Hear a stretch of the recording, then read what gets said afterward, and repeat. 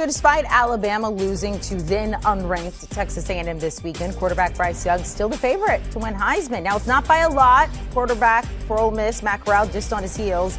Young this season has completed more than 69% of his passes for more than 1,700 yards, 20 touchdowns with just 3 interceptions. So taking a look at the latest odds, you see Bryce Young there still on top at plus 180, followed up very closely by Matt Corral, but maybe the guy you want to keep an eye on, Bijan Robinson, Texas running back. Our partners at 24/7 Sports saying, look, the phrase generational talent, that gets thrown around way too much, but Bijan Robinson is it.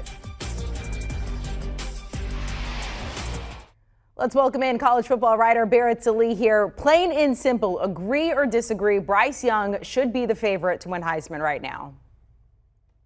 Yeah, I agree, just based on the way the landscape of the college football season has evolved. I mean, like it or not, it's a quarterback-driven award. And right now, you look at the top teams, Georgia's quarterback situation has been back and forth with JT Daniels and Stetson Bennett. I don't think Spencer Petras at Iowa is going to be much of a draw. Spencer Rattler at Oklahoma, we know about his issues. I'm sorry, Amanda, but he does have issues. Yeah, I mean, Bryce Young, look, he's a starting quarterback of a top 5 team that still has college football playoff chances. So in normal years, you'd see other quarterbacks in that situation or similar situations have at least a little bit of buzz and might be above him in the odds after a loss. But this year, you just don't have that. So it's not a surprise at all that Matt Corral's still there. Not a surprise at all that C.J. Stroud is on the way up. In fact, right now, if I'm making a bet, I might look at C.J. Stroud as the value pick. All right, interesting. I am not offended by that Spencer Rattler comment because, as we all found out on Saturday, Caleb Williams Oklahoma has Caleb Williams, yes.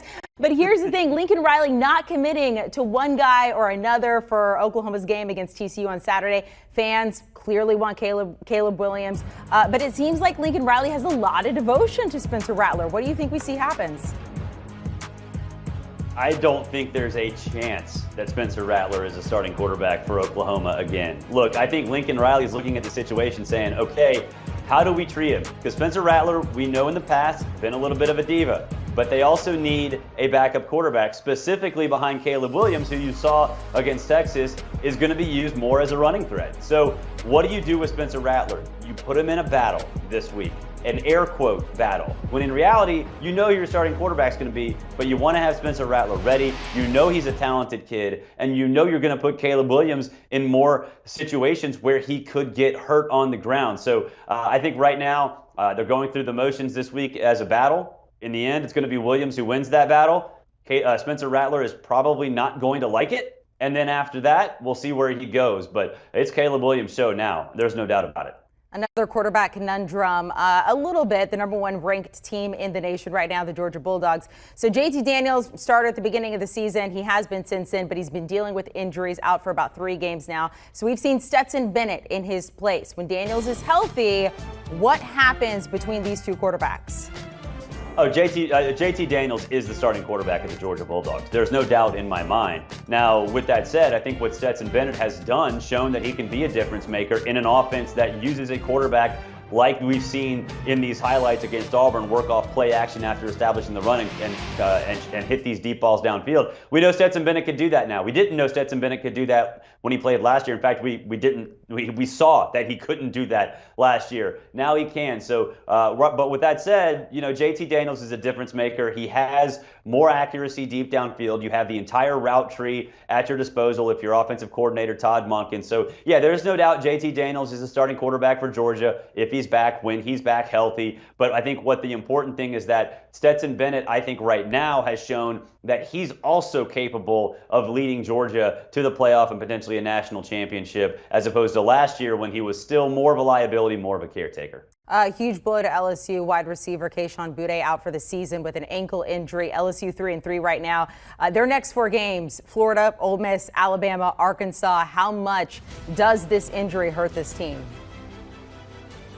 Well, honestly, I don't know if it hurts them all that much because I didn't think they were going anywhere anyway.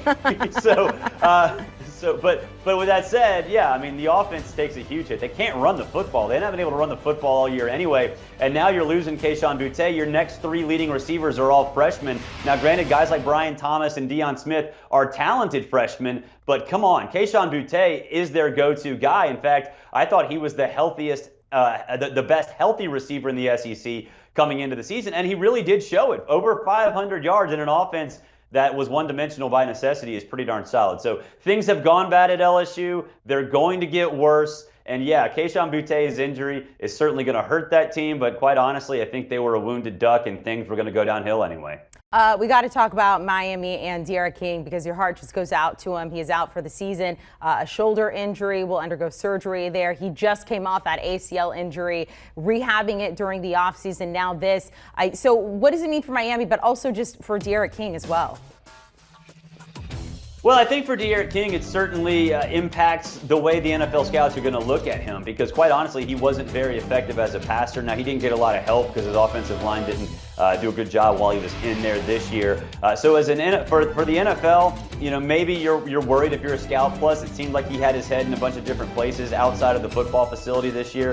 And then for Miami, to me, it ensures that Manny Diaz is in massive, massive trouble because he hired Rhett Lashley to be a quarterback guru. The offense hasn't clicked. You obviously have a quarterback situation that's not desirable right now, and Manny Diaz's game management is flat out atrocious. So right now for Miami, things are going downhill quickly anyway. They might have been looking at a coaching change. Without D'Eriq King in the mix, I think it's all but certain that Manny Diaz is gone, and this is a lost season. Barrett Sallee, thank you so much for joining us here on CBS Sports HQ to go through those latest stories. A lot of interesting ones going on in the world of college football. If you want to hear more from Barrett and all the guys at the Cover 3 podcast, everything you need to know about the world of college football. Because, Chris, where would you rank that Saturday? Number one in recent memory. It was wild. To hear about all of that and then upcoming Week 7, make sure to download and follow. Want a sports network that delivers everything that matters about the game? The highlights, the picks, the instant analysis. No yelling, no fake debates, no politics. Hit the subscribe button and never miss a moment.